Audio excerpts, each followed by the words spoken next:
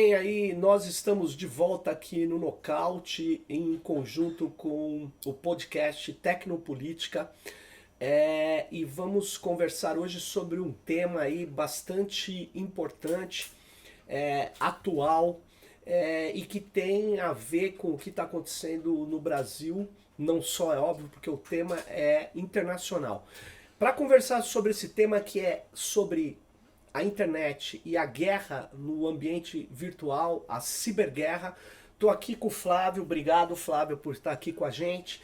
O Flávio Rocha é professor de Relações Internacionais da Universidade Federal do ABC. Eu também sou professor lá, sou do curso de Política Pública e também dobro uma disciplina de ciberguerra aqui com o Flávio lá na universidade. Nós vamos então falar desse tema e espero que vocês gostem da nossa conversa aqui. Então vamos lá. Flávio, você sabe que há um tempo atrás o Brad Smith ele era presidente da Microsoft e ele, num encontro importante de segurança da informação, né, de segurança computacional, ele fez uma fala na abertura muito forte, clamando por o que ele chamou de Convenção de Genebra Digital, onde ele dizia assim, olha, a internet está se tornando um espaço de operações militares, de agências de informação, um espaço muito complexo e que é preciso ter regras, é preciso que os estados, que essas agências não atuem do jeito que elas estão atuando, porque os prejudicados serão as pessoas, as sociedades e as empresas. Vamos começar com isso. Ele falou isso provavelmente em 2017, né? No início de 2017. O que você acha disso? Isso tem procedência ou era mais uma operação de marketing de uma empresa grande? O que você me diz? Olha, do ponto de vista da política, do ponto de vista dos direitos dos individuais, das populações, tem sentido. Né? Você realmente tem um processo de militarização da internet que não é de hoje, militarização do ciberespaço, e a potência líder, né, aqueles que foram pioneiros nisso, foram os Estados Unidos da América. Sim. Então, quando você vê China, Rússia, Europa, por exemplo, a França acabou de soltar no mês passado o mais recente documento sobre ciberestratégia dela. Então, é patente que eles estão seguindo toda essa lógica da militarização do ciberespaço. Agora, quando o Brad Smith, né, e presidentes de corporações americanas que colaboram com o governo dos Estados Unidos, que desenvolvem softwares para diferentes agências dos Estados Unidos, do FBI, a CIA, colaboram com a NSA. Quando eles estão fazendo isso, na verdade, eles estão se inscrevendo dentro de uma lógica, que é uma lógica que já está em operação pelo menos desde o início dos anos 2000, desde o primeiro governo Bush, né, o que eu vou chamar de Bush filho, que é a lógica dos Estados Unidos normatizarem, né, as regras de conduta dentro do ciberespaço em plano global, no sentido de facilitar a preponderância do governo estadunidense e a preponderância das suas empresas, né? E secundariamente dos seus aliados. E ao mesmo tempo enquadrar os rivais, né? Basicamente China e Rússia, mas não exclusivamente, e enquadrar uma série de países, uma série de grupos, né? Que eu vou chamar dos remediados, digamos assim, né? E aí você coloca Brasil, você coloca países da América Latina, da África, né? Então, na verdade, existe todo um esforço de concertação do governo norte-americano que tem esse discurso, né, de que temos que evitar a militarização e tudo mais. É um discurso, digamos, de propaganda política, mas ao mesmo tempo que ele faz esse discurso, é um esforço diplomático para atender os seus interesses, ele militariza fortemente a utilização do ciberespaço. Por exemplo, tem um caso antigo aí já, né, que não foi confirmado, é envolto de controvérsias, que é de um verme, que a gente fala, um verme computacional, conhecido como Stuxnet, né? Ele foi usado para afetar os esquemas de automação industrial da Siemens, porque a Siemens tinha uma usina nuclear ali no Irã, se eu não me engano. Era o O reator, eu esqueci o nome técnico, mas É um é a escada. centrífuga que É a fazia o enriquecimento do urânio. ele consegue enfiar um verme ali, ele acelera o procedimento do hardware e o hardware se deteriora e na verdade isso foi considerado uma coisa extremamente sofisticada que não foi feito por um lobo solitário, um Sim. hackerzinho. Aliás, essa expressão aqui eu tenho usado no Brasil para falar do tal do hacker da Lava Sim. Jato, né? Mas enfim, o Stuxnet uma arma digital, Sim. na verdade, né? Ele infectou o mundo inteiro, mas ele para poder, porque olha que curioso, aquela usina onde tinha um reator, ela estava offline. Sim. Então era preciso contaminar uma mídia que fosse Sim. levada lá para dentro. Então o Stuxnet foi encontrado em vários lugares do mundo, Sim. mas ele não entrava em operação com hardware, sistemas operacionais que não fosse aquele específico. Sim, sim. Então, essa arma. Deve existir outras, né? Acusam Israel, acusam Estados Unidos. E o que você acha dessa produção técnica de ataques na rede hoje? Isso é assumido ou isso é escondido, mas todo mundo sabe? Olha, eu costumo dizer o seguinte, a gente está entrando numa fase agora onde estamos indo do escondido, quer dizer, tem o escondido, o todo mundo sabe, mas ninguém confirma, para o estamos começando a assumir isso daí. Perfeito. Então, indo de trás para frente. Ontem ou anteontem saiu no New York Times uma notícia, né, de que os Estados Unidos estão adotando medidas ofensivas do ponto de vista cibernético de ataque ao grid elétrico da Rússia. Então saiu o New York Times, Claro. Oficiais, né, da NSA, enfim, do aparato de Estado dos Estados Unidos confirmaram que isso está acontecendo. E depois você obviamente teve vários especialistas, pró e contra, às vezes dizendo não, isso é propaganda, não, isso está acontecendo.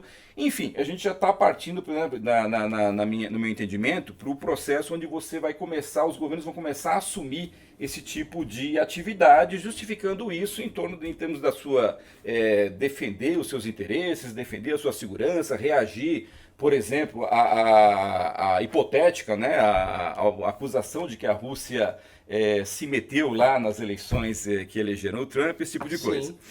Em relação ao Stuxnet, né, só para falar muito rapidamente, então quando saiu o negócio do vírus Stuxnet, e isso que você falou é bem interessante, né, essa história do hacker, né, você tem aí uma visão popular, né, da tecnologia, da cyberguerra, da tecnologia, né, que é aquela visão popular assim que eu chamo de visão de Hollywood, do cinemão de Hollywood, né, você aperta um botão aqui, explode uma bomba ali, então você vem com a inteligência artificial e você tem um modelo Terminator lá, né, do Arnold Schwarzenegger, né, e gente, isso daí é cinema, isso aí é ficção científica. No mundo real, você tem outras coisas funcionando. Então, o Stuxnet é um tipo de vírus, um tipo de worm, verme, né? O verme, que quando ele é descoberto, né? Então, os especialistas, né? Tanto do âmbito das ciências sociais como os especialistas técnicos especificamente, quando começaram a ver o código, começaram a dizer o seguinte, não, isso daí não é coisa de um hacker, não é coisa de um grupo de hackers criminosos, não. Conhecimento gigantesco para fazer Exatamente. aquilo. Isso são milhões de homens-hora, digamos assim, de força de trabalho para fazer aquilo. E aí vem a questão de infectar a máquina, né? Então você tem um trabalho de inteligência que descobre que aquele tipo de centrífuga fabricada pela Siemens há 10, 20 anos antes, que tinha lá aquela unidade de controle informático, né, que já nem se fabricava mais, a própria Siemens não fabricava mais, e se descobre que era possível colocar um vírus ali. E você desenha, planeja, e aí você tem que infiltrar. Se não está na rede, então você tem que ter uma operação de infiltração que só serviços de inteligência de estados que são altamente treinados, que têm recursos humanos, recursos econômicos, recursos militares, digamos assim, só esse tipo de estado pode empreender esse tipo de operação para infiltrar dentro no sistema do reator, da centrífuga. E detalhe, né? é tão sofisticado, mas tão sofisticado que as centrífugas estavam rodando fora da frequência e no computador dos engenheiros, né, dos físicos que Sim. controlavam, não Não aparecia aparecia nada. nada. Quando apareceu já era tarde demais. Sim. E aí você tem aí o descarrilhamento do programa nuclear iraniano e aí uma das razões que ajuda, não é a única, né, Claro. mas uma das razões que explica, no final das contas, que aquela liderança iraniana fez o acordo com o governo Obama, que está sendo desfeito agora pelo governo Trump. Mas, enfim, para finalizar, então eu acho, né, pelo que eu tenho lido nos últimos meses, a gente está passando desse negócio da dificuldade de atribuir Entendi. começamos a assumir e começamos a atribuir oficialmente. E existe alguns jornais que a gente acompanha, eu acompanho The Times of Israel Sim. e o Haaretz. Ele tem feito várias matérias de algo que ele chama de economia vamos dizer, do ataque, do ciberataque, né? Uhum. Economia da espionagem. E enfim, tem algumas empresas Uhum. que desenvolvem soluções como essa que você Sim. falou, de intrusão. Uma delas foi comprado pelo Brasil por pelo Estado É brasileiro. o Pegasus, É o Pegasus. que é fabricado pela NSO. NSO, que é uma empresa de Israel Sim. conhecida assumidamente, eles têm o Pegasus, mas eles dizem que não vendem para fazer determinados tipos de ação, o que é um absurdo, né? Porque como é que eles controlam? E como o Pegasus é considerado muito menos sofisticado que o que nós estávamos conversando aí, o software de intrusão na Siemens, mas o Stuxnet, mas acontece que ele é muito sofisticado, o Pegasus e outros softwares de intrusão em celulares, principalmente. E eles são vendidos com autorização do Departamento de Defesa de Israel. Sim. E o que chamou a atenção é que Israel vendeu isso para os inimigos, né? Vendeu isso para... Tem até um caso famoso que é na verdade, do Ahmed Mansour, né? Que é um defensor de direitos humanos dos Emirados Árabes. E lá foi encontrado por um grupo de pesquisadores de segurança digital, do Citizen Lab do Canadá, encontraram no aparelho dele o Pegasus. Pegasus que já tinha sido enviado no aparelho de um líder de direitos humanos do México, que foi assassinado. Sim. E encontraram o Pegasus dentro, quer dizer, ele estava sendo monitorado. E aí eu só, nessa conversa que a gente teve, vários de nós aí, sobre o que aconteceu com a Lava Jato, a Vaza Jato, né? Pela quantidade de aparelhos infectados, pela quantidade de informações, não é de se estranhar que isso pode ter sido obtido por um tipo de solução como essa, né? Sim. Uma solução de intrusão, que é uma arma que é vendida para agências de inteligência. Sim. O que levanta a hipótese que não foi um mero hacker. Sim. Tem a hipótese do hacker, sem dúvida, e tem a hipótese de que isso é um É vazamento uma ação dentro concertada. mas um vazamento ou uma entrega de dentro de uma agência de espionagem, Sim. né? Porque eu não sei se você confirma isso, Flávio. Eu não ouvi nenhuma declaração do governo norte-americano que ele parou de fazer aquilo que o Snowden tinha denunciado, que é parou. a espionagem massiva. né? Não parou. Em relação à questão do governo americano, da espionagem maciça, não. Você tem declarações pontuais de que as coisas são feitas de acordo com a legislação, o Senado, a Câmara Americana supervisionam, eles têm poder de pressão de cortar fundos, isso é verdade, né? Sim. Mas a justificativa é o seguinte, não, a gente não pode parar porque agora nós estamos num choque, nós temos uma competição geopolítica escancarada. Sim. Com a China principalmente e secundariamente com a Rússia, né? Apesar do governo Trump, isso daí a gente pode até falar se for o caso, mas só Sim. em passant, apesar do governo Trump ter tentado executar uma política externa no sentido de afastar a Rússia da China, Sim. existia isso nesse círculo imediato do Trump, o fato é que o chamado Deep State americano, Estado Profundo, né? Não permitiu. Não permitiu. Então você, durante todo o governo Trump, por mais que ele tenha tentado se aproximar do governo Putin, você sempre sempre tem, olha, toda tentativa de aproximação você tem vazando para a mídia americana, você tem membros do FBI ou do NSA, enfim, falando, olha, mas a Rússia se mete, não dá para confiar, enfim. Então, em torno desse, em relação a esse caso, o governo americano não parou. Muito pelo contrário, porque o inicial que nós vimos, né? Quando você pensa, por exemplo, vamos ampliar, quando você pensa, por exemplo, em serviços de inteligência, Sim. os Estados Unidos não tem só a CIA. A CIA que nós mais conhecemos e nos últimos 10, 20 anos é a NSA. A NSA, a maior parte da existência dela, o governo americano negava que ela existia. Sim. Isso que é muito interessante. Depois que acaba a Guerra Fria, que eles começam a assumir, olha, a gente tem um negócio chamado NSA, que ele foi feito para investigar a imagem de satélites, e aí veio depois um cara chamado Michael Hayden, né? Sim. Se eu não me engano, e é esse que dá a cara moderna do NSA, que não, a gente tem um negócio chamado ciberespaço, vamos investir pesado na coleta de dados ali desse negócio. De interceptação de comunicação, exatamente. Ela virou cibernética. Exatamente, mas assim, por exemplo, na proposta de orçamento militar do governo Trump, que bate $1 trilhão, que chega perto de $1 trilhão, é pouca coisa para baixo ou para menos, dependendo de como ela está sendo apresentada, você tem 9 bilhões e pouco de dólares que são para o Pentágono, o Pentágono, esse tipo de coisa, 1 bilhão e 900, se eu não me engano, que é para o DHS, né, o Department of Homeland Security, e você tem outros milhões de dólares que vão para outras agências. Então, só voltando à questão do serviço de inteligência. Eu me lembro que quando eu fiz o doutorado, eu estudei um pouco disso, né, dos Estados Unidos. E eu me lembro que em 2004, que foi quando eu concluí meu doutorado, que era em cima do governo Clinton, dependendo do ângulo que você olhava, os Estados Unidos tinham de 14 a 16 agências de inteligência. Sim. Então a FBI é uma, a CIA é outra, o Departamento de Estado tem a sua, as Forças Armadas, singularmente falando, tem a sua e tem uma coletiva delas. Então, assim, a questão da inteligência nos Estados Unidos e o uso maciço do ciberespaço, do Big Data, das tecnologias, e mais recentemente Machine Learning e inteligência artificial, para coleta e análise de dados, tanto dos aliados como dos desafetos por parte do governo dos Estados Unidos, é uma tendência que é explosiva, especialmente depois do 11 de setembro. Tanto que tem uma jornalista do New York, na época era do Washington Post, chamada Dana Press, ela tem um livro chamado, eu esqueci a expressão correta em inglês, mas ela cunhou a seguinte expressão: tem o complexo industrial militar e agora você tem o complexo industrial de segurança. Sim. Mais ou menos por volta de 2005, 2008, você tinha 600 a 700 mil pessoas fora do staff estatal dos Estados Unidos que tinham o carimbo Top Secret. Era mais ou menos a ideia dos contractors como o Snowden. E depois eles estreiam os vazamentos. Agora, né? Posso só fazer um comentário rapidamente claro. Em relação ao que você falou aí do nosso caso especificamente, né?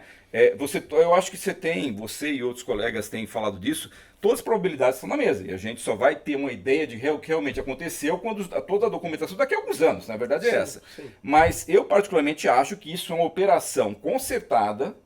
Ou seja, uma operação, pelo menos que nós estamos observando, não vem só de um celular, vem de um conjunto de celulares e de máquinas, tem mais coisa para entrar. Então, nesse sentido ali, você teve uma operação concertada de uma agência, que pode ser uma. Jato, tá falando, exatamente, que pode ser tanto uma agência no âmbito, uma agência no sentido, um coletivo, coletivo. né? No Brasil, como fora do Brasil, ou interesses, digamos assim, mesclados. E de alguma maneira isso foi vazado. Se isso foi vazado porque alguém de dentro entregou isso daí, ou porque alguém desse coletivo entregou, isso aí a gente só vai saber daqui a algum tempo. Mas eu estou convencido que essa hipótese do hacker só pode vir de uma cabeça brilhante, como a do ministro Sérgio Moro, né? E dos jornalistas da Globo. Uma coisa, o ministro Sérgio Moro, que é uma pessoa que se mostra com muita interferência naquilo que são procedimentos que ele não deveria interferir. Ele até tem a suspeita dele interferir na condução do Ministério Público, que é o conluio a isso. E como é que ele pode pôr uma Polícia Federal que está sob o seu comando para investigar ele próprio? Pois é, não tem sentido isso. Eu estava vendo no Congresso, agora ele falando, eu já coloquei a Polícia Federal para me investigar. Eu me investiguei e eu digo que sou inocente. Quer dizer, é uma coisa grave. Não tem sentido não isso. tem sentido. É só aqui que as pessoas não estão... Ele tem que se afastar, ele não pode comandar a Polícia Federal nem nenhuma investigação sobre ele. Porque se você investigar você mesmo, a tendência de você ser absolvido por você é muito grande. É lógico. Então, eu queria só voltar uma coisa, Flávio, que você estava falando da... essa ação de militarização do ciberespaço. Há muito tempo atrás, um teórico que você já deve... Você me reportou que você já tinha utilizado ele, que é um teórico de relações internacionais, o James Dardanian. Sim.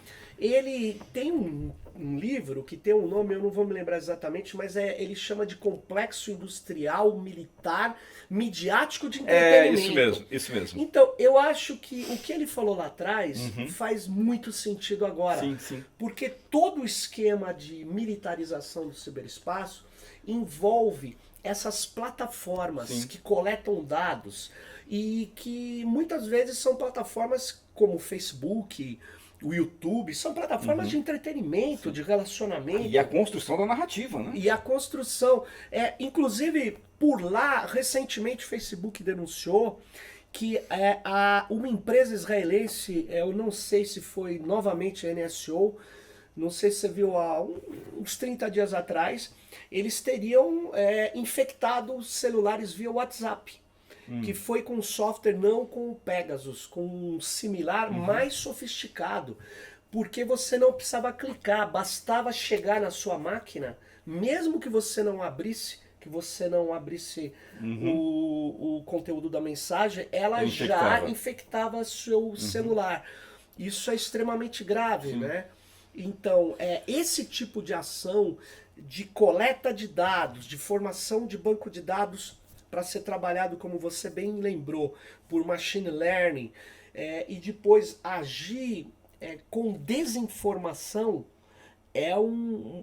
uma coisa que um russo, agora você deve ter lido, recuperou chamando de guerras híbridas. Eu acho, você lembra disso, o Arkela e o Hontfeld, ele já dizia que toda guerra é híbrida. Sim. E que com a internet... Isso em 94, 95, que a ARPANET fez aquele livro. Foi. Em Atenas. Acho que foi a Rand Corporation, se não me engano, né? Rand Corporation, você tem razão. A Rand Corporation lançou isso aí e eles fizeram um texto que durante um tempo influenciou muito, né, quem estuda a internet, onde ele faz a separação de net war e cyber war. Isso. Você acha que isso faz sentido, essa separação ainda? Net war é uma rede... É uma ação só de internet. Sim. Cyberwar não. A Cyberwar seria até anterior à internet, porque é uma guerra cibernética, de guerra eletrônica. Até onde eu me lembro do negócio, o Net War, eu vou simplificar, tá? Porque a gente não tem tempo e tal, mas a Net War, até onde eu me lembro, tinha mais a ver... A Cyberwar seria basicamente o ator estatal e as suas agências, e a Net War seriam os atores não estatais, pra gente usar uma linguagem de RI. Não pode ser estatal também. Pelo que eu tô me lembrando é isso. Eu acho que eu não falaria mais de separação, não. Eu acho que você tem um contínuo, entendeu? Tem uma expressão em inglês que eu gosto muito, blurring, né? Você tem as fronteiras, elas estão borradas. Por exemplo, tem um cara, se não me engano, é Nathan Jurgensen, um sociólogo americano que estuda internet e tal, e ele foi, há 5 anos atrás, quando 8 anos atrás, quando eu entrei no Twitter, ele era muito ativo ali, e ele tinha uma expressão chamada cyborgology, né? Ele dizia o seguinte, não, todos nós somos ciborgues, a questão é como você... Isso é usado hoje. E ele falava o seguinte, olha, essa separação do espaço virtual, espaço real... Ele, na época, falava o seguinte, cada vez mais tem menos sentido. Por quê? Porque uma coisa já tem impacto na outra, né? E eu acho que ele tinha razão, ele colocou de um jeito, mas quando você olha hoje, você vê, por exemplo, que aquilo que é virtual não está mais contido exclusivamente entre bytes e bits, não. Essa coisa tem um impacto no mundo real, tem um impacto no mundo físico. Já tem estudos dizendo o seguinte, olha, a geopolítica clássica que vocês achavam mortas, a questão do papel da geografia, ela é importante para a questão do cyberespaço, porque a nuvem está na Terra.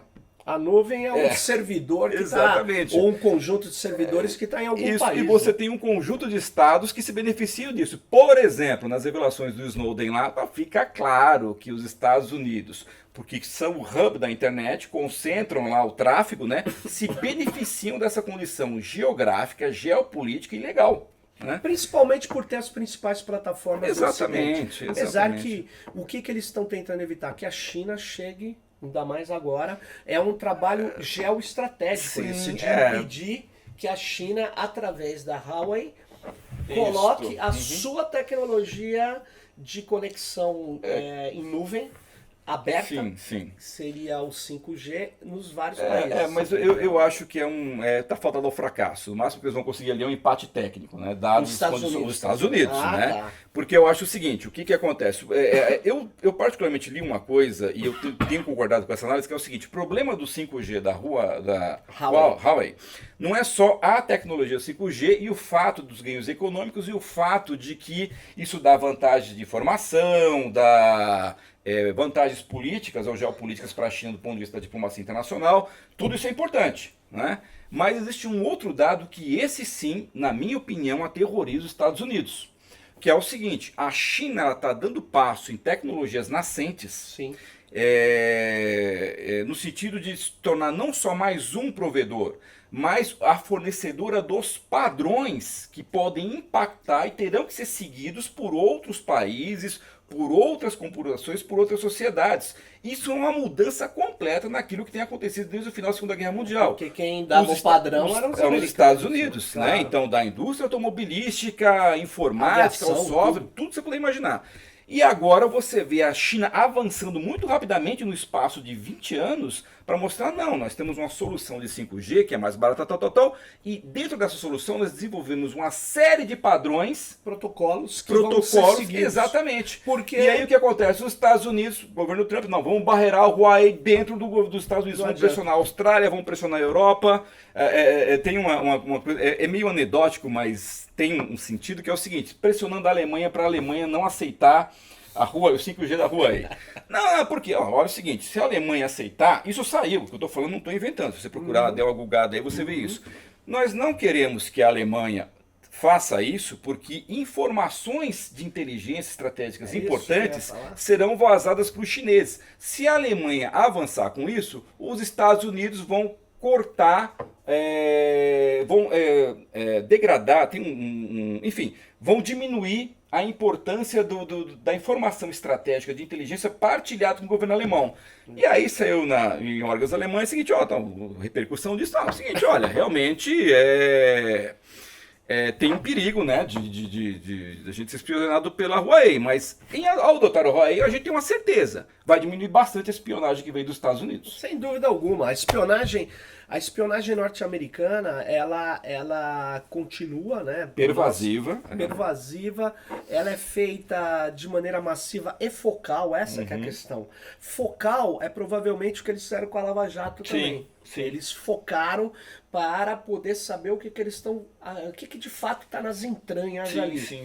E esse pessoal, ele em geral... E no caso americano, interagência, porque o Departamento de Justiça se torna um ator internacional. Eu lembrei o que você tinha falado, que nos Estados Unidos, quando você estava fazendo doutorado, tinha uma dezena de agências, mas você pega no Brasil, eu vou fazer uma conta básica aqui, ó, ABIN, CIEX, CIEMAR e o da Aeronáutica, Inteligência da Aeronáutica. Aqui já são 4, mais 27 das segundas sessões das polícias militares no Brasil, que são os tentáculos desse aparato. Então nós já estamos falando de mais de 30, só no Brasil. Você já imaginou os Estados Unidos?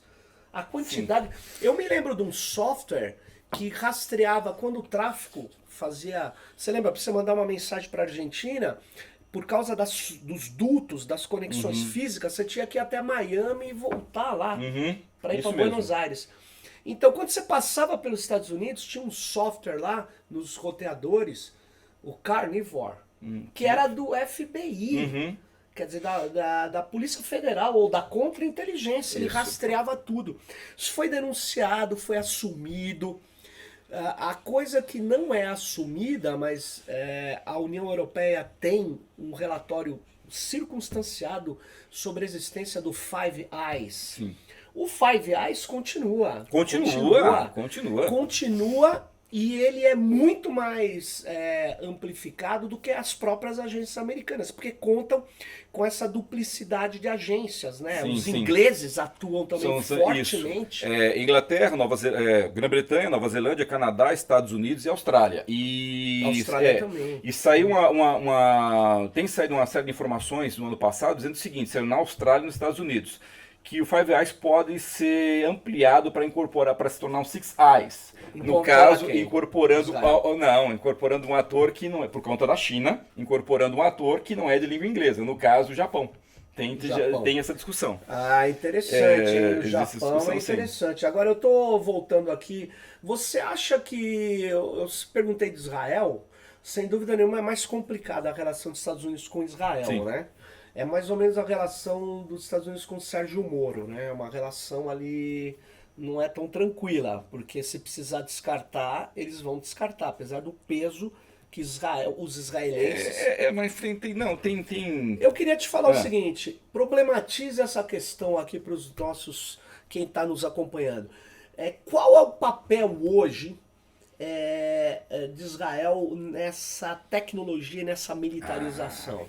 O que você acha disso? É tudo invenção? Isso é um exagero? Ou Não. de fato, eu estou até com uma empresa aqui, eu acompanho muito essas startups, empresas israelenses. Tem uma caçada ativa aqui, uma empresa que diz o seguinte: eu saio capturando as coisas para a sua empresa. Então é Cyber Reason. Então tem várias. Isso aqui eu pego isso. Sim. Eles têm um catálogo de empresas. Sim. Mas então, e aí? Qual o papel geopolítico de Israel nesse Olha, contexto? Israel é um caso muito interessante. Por exemplo, o Adam Siegel, que aquele ele está no Foreign Affairs, mas enfim, ele é especialista em cobrir essa tecnologia, essa área de cibersegurança. E ele fala, você tem duas superpotências cibernéticas, que são Estados Unidos e China, e você tem potências cibernéticas, né, que enfim, estão no pelotão do meio. São superpotências cibernéticas Estados Unidos e China porque eles têm mercado, setor militar aventureiro, muito investimento, inteligência, financiamento. Enfim.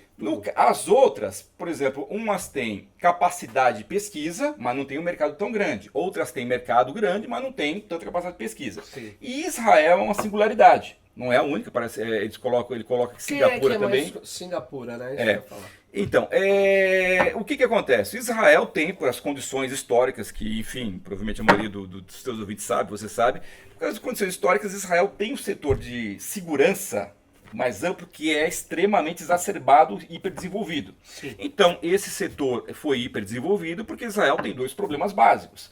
Tem todo o entorno que é hostil e tem o problema de ter que manter submissos os palestinos. E não são só os palestinos que estão lá ao norte com a autoridade palestina, como ao sul com o Hamas, né, que não se entendem entre eles. Mas também o problema da população árabe-israelense, que tem cidadania, né? Então você tem esse problema. E tem estudos dizendo o seguinte, olha, em algum momento a demografia vai derrubar, porque os árabes se reproduzem mais, demograficamente falando, do que os judeus. Então, em algum momento, a lógica do Estado de Israel, que é o Estado judeu e democrático, não vai funcionar. Ou é judeu ou é democrático. Exatamente. Mas voltando, então o Estado de Israel ele tem um setor de inteligência muito forte e ele tem uma unidade chamada Unidade 8200. Né? Tem outro termo em inglês, mas que eu me lembro em português, a Unidade 8200, que foi criada pouco depois da Guerra de 73. Que aí eles perceberam, tem uma falha de inteligência estratégica brava, nós não conseguimos antecipar os movimentos egípcios que levaram à guerra de 73. Né? O que acontece? Bom, vamos reformar o setor de inteligência e eles começam uma série de políticas de tentar capturar, isso foi desenvolvendo ao longo do tempo, e basicamente eles vão capturando os estudantes israelenses, aqueles que são mais versados nas questões de inteligência, já começam a detectar isso no segundo grau, na universidade, e aí isso vai vertebrando para a área da tecnologia. Bom, o que acontece? Nos anos 90, nos anos 2000, você tem o fim da União Soviética, você tem a chegada, um influxo maciço de judeus russos em Israel. Foi uma coisa assim, imagine que 20 a 30% da população, estou exagerando, mas entre 10 a 30% da população de Israel, em 2 anos, aumentou de tamanho. Então, Impressionante. e eram russos e eram cidadãos russos judeus que eram altamente versados em ciência, tecnologia e que ajudam a turbinar esse setor de inteligência e tecnologia. Muito bem, o que acontece? Nos Estados Unidos, você tem um fenômeno interessante que é o seguinte: como é que você tem a articulação das elites econômicas e políticas dos Estados Unidos? Essa articulação se dá primordialmente pelas universidades. Então, as universidades, você tem os executivos, lógico, isso a gente tem que matizar, mas você tem os executivos, você tem os cientistas, você tem as pessoas que vão trabalhar nas corporações, nos bancos, enfim. Então, você tem uma socialização dessa elite do poder, que é uma elite política, que é uma elite militar, que é uma elite econômica também, para usar lá o Wright Mills, né? Sim. Em Israel, a coisa não é assim. Em Israel, essa socialização das elites se dá pela prestação do serviço militar ou pela participação no setor de inteligência. Então, tanto homens como mulheres, tirando, é óbvio, tem lá os problemas legais em relação a alguns setores dos judeus mais ortodoxos, mas todos homens e mulheres, em princípio, eles servem nas Forças Armadas de Israel. E nessa unidade 8.200, né, você tem a elite tecnológica, né, a elite que vem das universidades que vai trabalhar nisso daí. E o que acontece?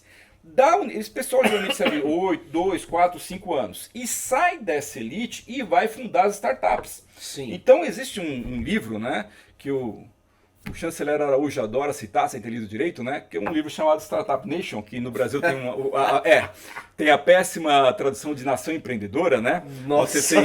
Onde você tem dois jornalistas, são dois jornalistas e um inclusive é especialista em geopolítica, né? Sim. E eles vão dizer o seguinte: olha, Israel, no ano que eles escrevem, acho que é 2014, é o segundo número de startups mais lançadas na Nasdaq americana é israelense. Está na frente de Japão, França, Alemanha e tal.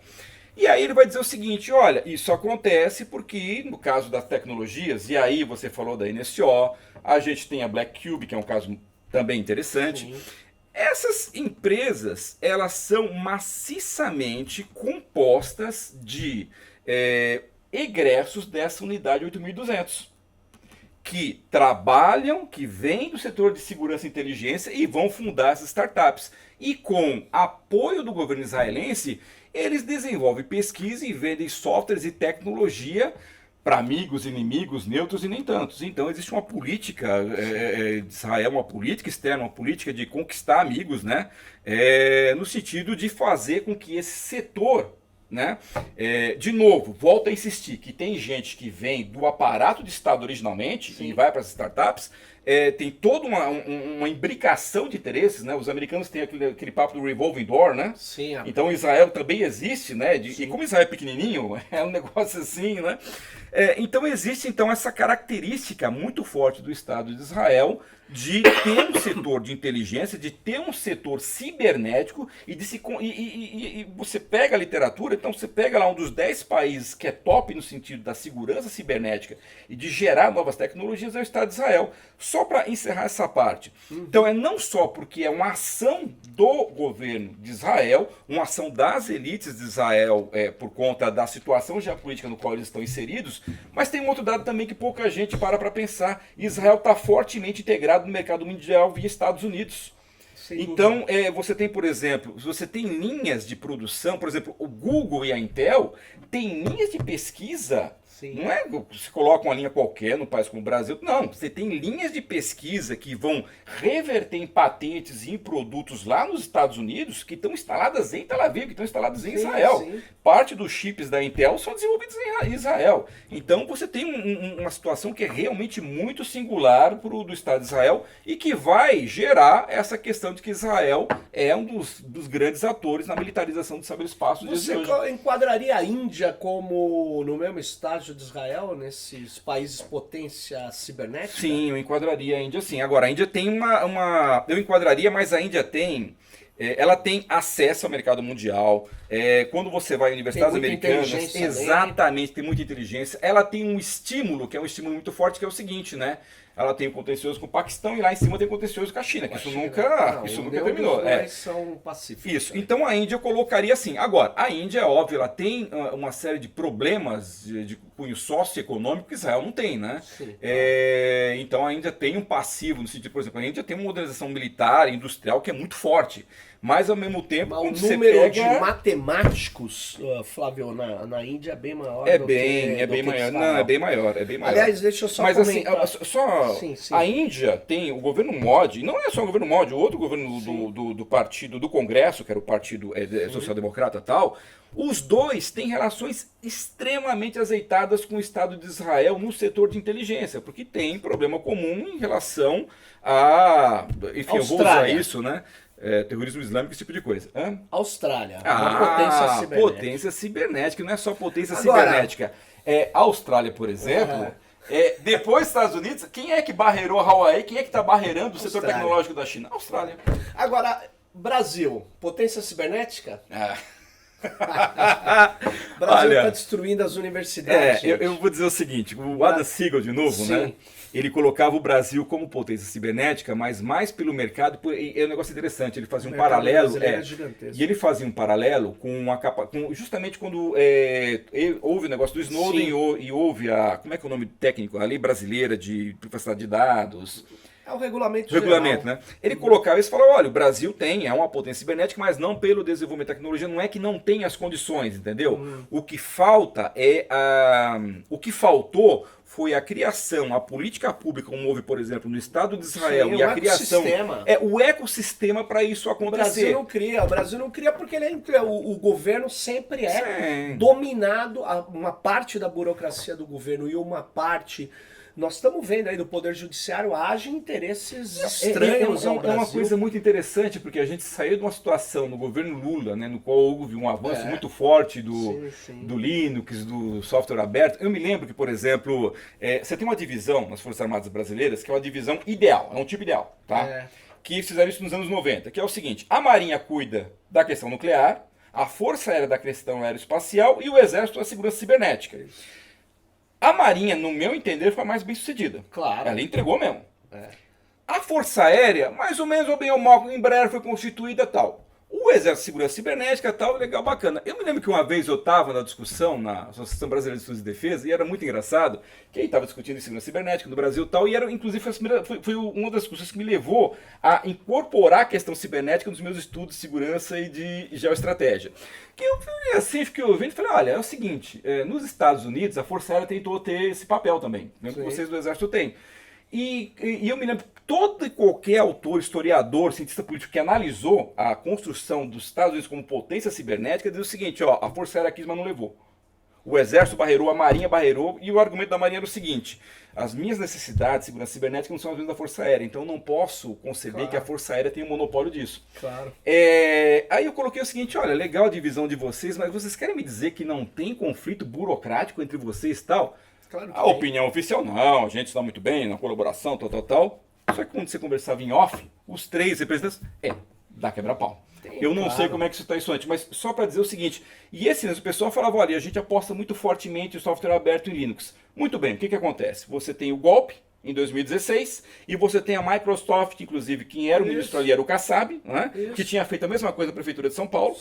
Você tem a Microsoft ganhando contratos bilionários aqui no Brasil, cloud e outra, você conhece isso, as Forças Armadas têm que ter missão. Qualquer Força Armada tem missão. E uma das questões fundamentais é a sua defesa. Quem é que pode atacar o Brasil? Do ponto de vista cibernético? Não, do ponto de vista militar. Hoje ninguém.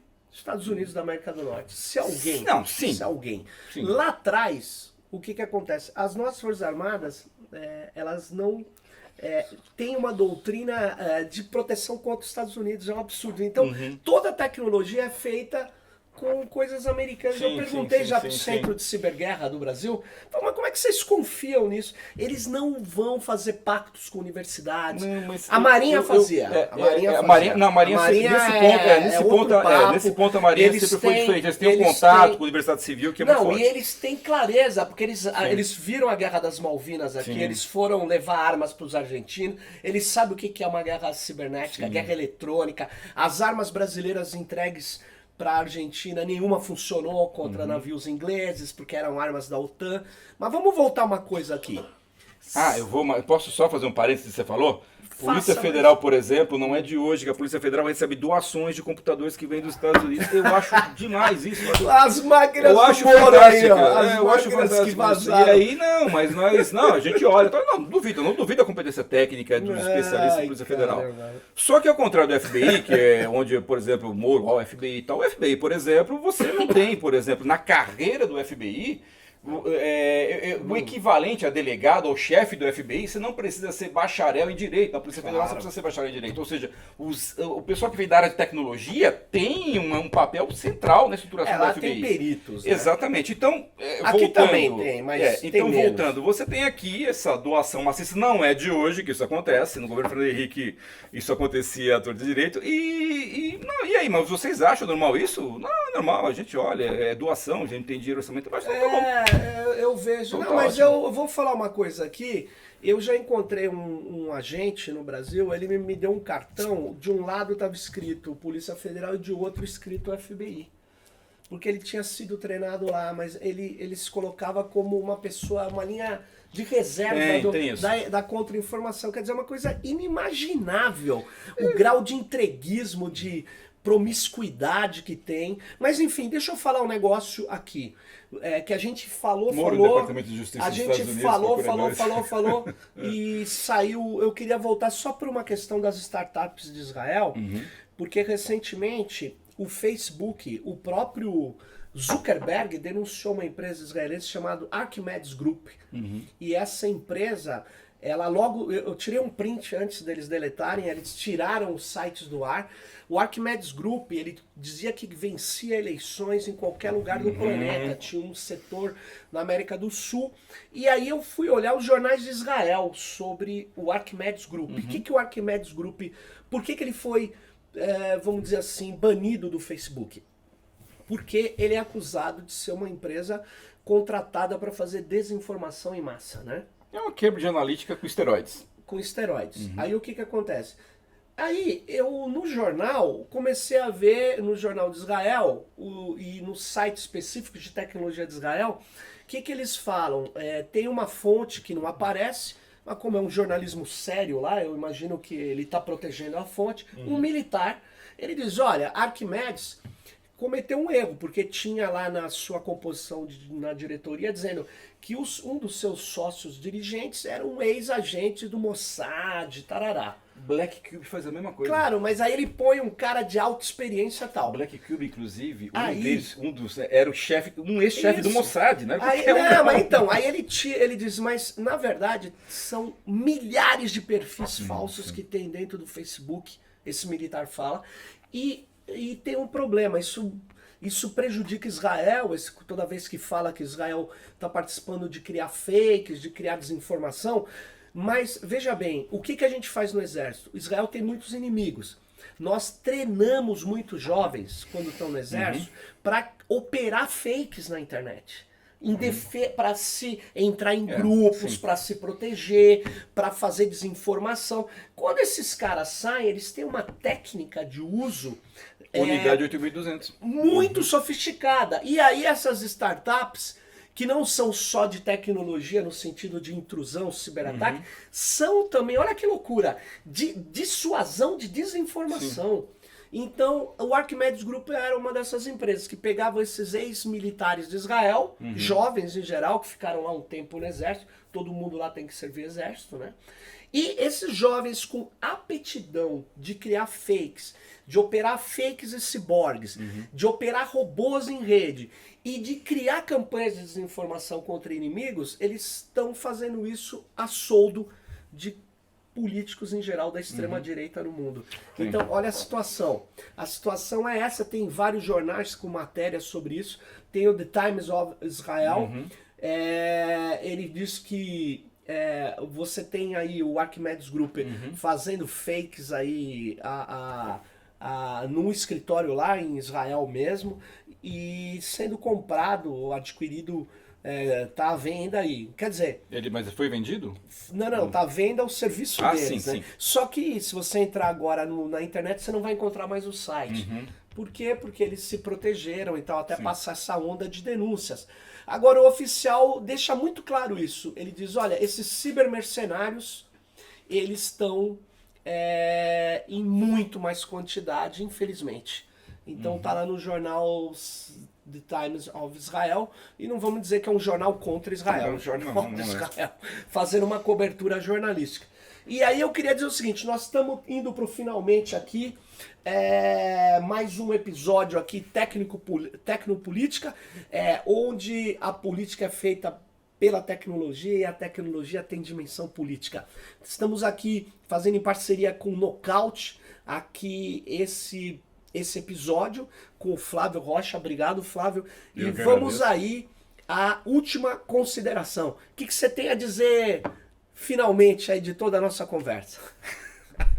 Olha, o que eu tenho a dizer é o seguinte, a gente, em relação à questão cibernética, da segurança cibernética, eu acho que essa preocupação... Existe uma frase do Clemenceau, que ele falou na Primeira Guerra Mundial, a guerra estava parada tal, você conhece, ele falava o seguinte, a guerra estava, olha, a guerra é importante demais para ficar só na mão dos generais. Isso, para a gente fazer um paralelo, eu acho que as questões referentes à segurança cibernética, uso, a nossa vida através imediata pela internet... enfim, eu acho que são questões importantes demais para ficar só na mão de especialistas, óbvio que eles têm que existir, ou para ficar só na mão de legisladores ou de certo tipo de ministro. Eu acho que é um tipo de coisa onde a sociedade, de uma maneira geral, a organizada e a desorganizada, elas têm que ficar atentas e elas têm que realmente procurar se informar da melhor maneira possível para influenciar a construção de políticas públicas no sentido de regular isso, e tem que no nosso atual estado, infelizmente, as pessoas têm que ter um mínimo de consciência de que elas têm que desenvolver uma capacidade de proteção própria, que não vai ser perfeita, mas é melhor do que nada, porque realmente o que nós estamos observando é que a intrusão ela é a regra, né? Nós damos de graça aquilo que é as informações que mais nos identificam enquanto indivíduos, enquanto pessoas, enquanto os valores que nós temos. Então, basicamente é isso. É isso aí, pessoal. Espero que vocês tenham gostado desse nosso episódio aqui em parceria com o Nocaute, Tecnopolítica Nocaute, discutindo ciberguerra. Vamos até a próxima. Tchau para vocês.